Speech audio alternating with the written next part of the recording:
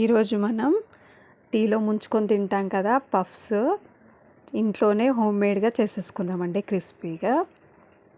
Welcome back to Suma blogs. రెసిపీలోకి వెళ్ళిపోదాం రండి.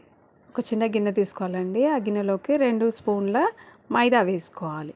మైదా వేసుకున్న తర్వాత దాంట్లోకి 2 స్పూన్ల కార్న్ఫ్లవర్ వేసుకోవాలి. కార్న్ఫ్లవర్ వేసేసుకున్న తర్వాత దాంట్లోకి ఆయిల్ వేసుకోవాలండి. 2 టేబుల్ స్పూన్ల వరకు ఆయిల్ వేసుకోవాలి. ఇలా రావాలి, మొత్తం మిక్స్ చేసిన తర్వాత మొత్తం ఇలా లిక్విడ్ లాగా కావాలండి. వీడియోలో చూపిస్తున్నట్టుగా ఇలా మొత్తం మంచిగా కలుపుకోవాలి. ఉండలు లేకుండా ఇలా గట్టిగా అవుతుంది. ఇలా తీసి పక్కన పెట్టుకోవాలండి. నేను 1/2 కిలో మైదా తీసుకున్నానండి. మైదాలోకి కొంచెం సాల్ట్ వేసుకోవాలి. కొద్దిగా సాల్ట్ వేసుకున్న తర్వాత దాంట్లోకి కొద్దిగా ఆయిల్ వేసుకోవాలండి. ఇలా చేసుకుంటే క్రిస్పీగా వస్తాయి. కొద్దిగా ఆయిల్ వేసేసుకొని మొత్తం అంతా కలిపేసుకోవాలి. కలుపుకున్న తర్వాత దీంట్లోకి కొద్దిగా వాటర్ వేసుకుంటూ చపాతీ ముద్దలాగా చేసుకోవాలండి. మరి జారుగా అయిపోతుంది కదా మైదా, నీళ్ళు చూసుకుంటూ వేసుకోవాలి. వేసేసుకున్న తర్వాత ఇలా చేసి పక్కన పెట్టుకోవాలి కొద్దిసేపు. తర్వాత చిన్న చిన్న ఉండలుగా చేసుకోవాలండి. చిన్న చిన్నగా చాలా సన్నగా చేసుకోవాలండి, చపాతీలాగా. వీడియోలో చూపిస్తున్నాను చూడండి. అలా చిన్న చిన్నగా మంచిగా ఒక 4 చేసేసుకోవాలండి చపాతీలు. చాలా పలసగా రావాలి. ఎంత పలసగా వస్తే అంత పొరలు పొరలాగా బాగా వస్తుందన్నమాట. మంచిగా చేసేసుకోవాలి. ఇలా చిన్నగా అటు ఇటు అనుకుంటూ మంచిగా చేసేసుకొని ఒక ప్లేట్లోకి తీసేసుకోవాలండి. ఇలా చేయాలి. సన్నగా చూడండి, నేను ఎంత సన్నగా చేశానో ఇలా ఉండాలి. ఇలా ఉన్న వాటిని 4 చేసుకోవాలండి. 4 చేసుకున్న తర్వాత పక్కన పెట్టుకోవాలి. ఇలా మనం ఇంతకు ముందే లిక్విడ్ చేసి పెట్టుకున్నాం కదా పిండి మిశ్రమాన్ని, ఆ మిశ్రమం కొద్ది కొద్దిగా వేయాలి. చపాతీ మొత్తము అంతా స్ప్రెడ్ చేయాలి. ఇలా వేసుకొని అంతా స్ప్రెడ్ చేసుకున్న తర్వాత దీనిపైన ఇంకొక చపాతీ వేసుకోవాలండి.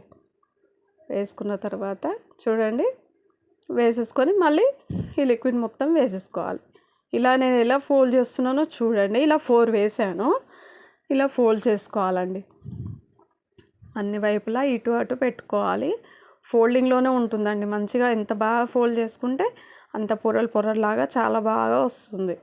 అంతా ఇది లిక్విడ్ మొత్తము పెట్టేసుకోవాలి. ఈ పిండి మిశ్రమం చేసుకున్నాం కదా, అది పెట్టేసుకోవాలి. ఇలా పెట్టేసుకొని చపాతీ ముద్దలాగా ఇలా అవుతుంది కదా, అంతా బాగా మంచిగా ఇలా చపాతీలాగా చేసుకోవాలండి. ఇంకా మళ్ళీ పిండి అవసరం లేదు. దీంతో ఇలా చపాతీలాగా చేసుకోవాలి. నార్మల్గా చేసుకోవాలండి, మరీ సన్నగా చేయొద్దు, ఎక్కువ గట్టిగా ప్రెస్ చేయొద్దు అనమాట. ఎందుకంటే పొరలు రావు. ఇలా గట్టిగా చేసేసామంటే ఇలా ఇంచెస్ మొత్తం కట్ చేసుకోవాలి. సైడ్లోకి ఉన్నవి మొత్తము ఇలా కట్ చేసుకోవాలి. నేను కత్తితో కట్ చేశాను. మీ దగ్గర కట్టర్ మిషన్ ఉంటే కట్ చేయండి. అలాగా ఇలా కట్ చేసుకున్న తర్వాత చిన్న చిన్నగా మీకు ఎట్లా పీసెస్ కావాలో, బయట అయితే పెద్ద పెద్దగా చేస్తారు, నేనైతే చిన్న చిన్నగా కట్ చేశానండి. ఇలా చిన్న చిన్నగా కట్ చేసేసుకోవాలి. చూడండి, చిన్నగా సరిపోయినంత ఇలా చిన్న చిన్నగా కట్ చేసేసుకోవాలండి. ఇలా కట్ చేసుకొని ఒక పక్కన పెట్టేసుకోవాలండి. ఇలా చిన్నగా కట్ చేసుకోవాలి. తర్వాత స్టవ్ మీద కడాయి పెట్టుకొని ఆయిల్ డీప్ ఫ్రైకి సరిపడినంత పెట్టుకోవాలండి. సరిపడినంత వేసేసుకొని మీడియంగా ఉండాలండి. ఆయిల్ కాగిన తర్వాత చూడండి వేసేయంగానే అప్పుడే రావు, ఇలా పొరలు పొరలాగా వస్తాయండి. ఈ బ్రౌన్ కలర్ రాగానే ప్లేట్లో తీసి పెట్టుకోండి. టీ తోటి ఈవినింగ్ టైంలో తినండి, చాలా బాగుంటుందండి.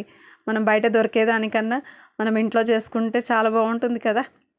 ఈ రెసిపీకి నచ్చితే లైక్, షేర్, సబ్స్క్రైబ్ చేయండి.